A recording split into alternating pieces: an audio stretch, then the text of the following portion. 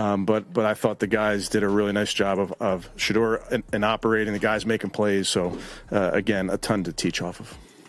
So in a live game, you saw him play the way he played and still question if he can do the same thing when he has the actual starters at his disposal. We saw it show up. The fact that he's not getting first team reps with the ones and the twos and still went out there and looked the way he did, what does that tell you? Why is Shedeur Sanders still being held back? Despite proving himself on the field, Kevin Stefanski won't give him the starting role over Dillon Gabriel. Ocho has sounded the alarm, blasting Stefanski with, "You've watched Shedeur dominate in real games with the Browns, yet you're still doubting what he can do as a starter?" And Shannon Sharpe wasn't having it either, flipping the script. If you're questioning Shedeur against Kenny Pickett, what makes you so sure Pickett won't flop? The drama is real. Let's dive in.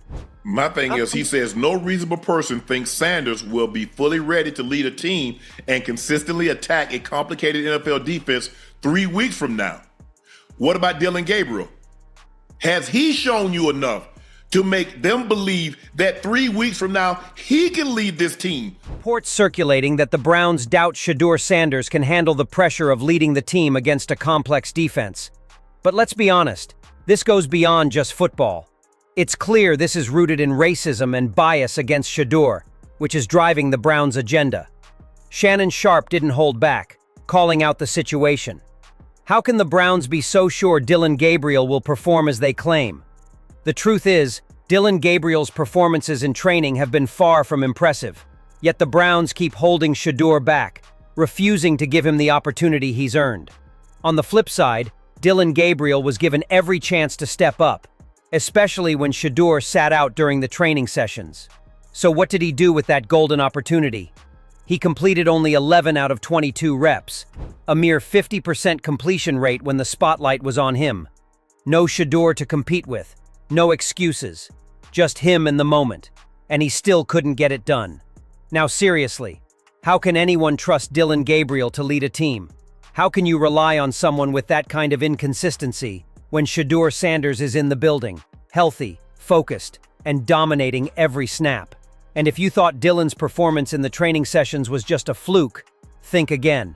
This isn't a one-time thing. This is Dillon's consistent pattern.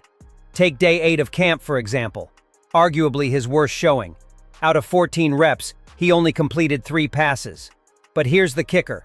He missed 11 passes by a mile. 11. That's not a bad day. That's not a case of nerves. That's a recurring issue. From the first snap, the defense had Dillon's number. They read him like a book, and he had no answers. The rhythm, awareness, and precision just weren't there. And the more he struggled, the more the gap between him and Shedeur Sanders became painfully obvious.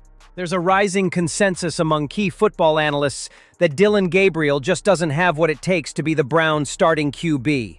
He lacks the necessary attributes to lead a team at this level. Yet despite these concerns, the Browns continue to push him as their potential starter, and that raises some serious questions. It's hard to understand the logic behind these decisions, especially when so many experts are in agreement. So, let's dive deeper into what senior sports journalists are saying about Dillon Gabriel and whether he has what it takes to lead this team moving forward. I can't imagine there's many people that think Dillon Gabriel's a better quarterback than Shedeur Sanders. I don't care where they were drafted. And if the Browns are the one team that thinks that, then I'm going to suspect it's not true. They don't know what they're doing. They've been wrong every quarterback evaluation for 30 years. Right. I never root against anybody. Yeah. But I'd be surprised if Dillon Gabriel's ever a legitimate starting quarterback. Shannon Sharpe didn't hold back, going straight after Browns coach Kevin Stefanski. He accused Stefanski of pushing an agenda against Shedeur Sanders based on things he simply can't control, yet never once acknowledging what Shedeur brings to the field. In Sharpe's view, this is all rooted in a coach's bias. He also hinted that there might be outside pressure from higher-ups in the organization, potentially influencing Stefanski's decisions and clouding his judgment when it comes to giving Shedeur the opportunity he's earned. Is what you telling me what he can't do? Like my coach just said in college, hey, find something that he can do. See, you keep telling me what Shedeur can't do. Well, your job as a coach is to put players in position and find something that they can do. And Shannon Sharpe is spot on. During his press conference, Kevin Stefanski focused entirely on what Shedeur Sanders needed to improve, completely skipping over any praise for his actual performance. The emphasis was on the flaws, while Shedeur's potential was entirely ignored. So, let's take a moment to hear exactly what Stefanski had to say.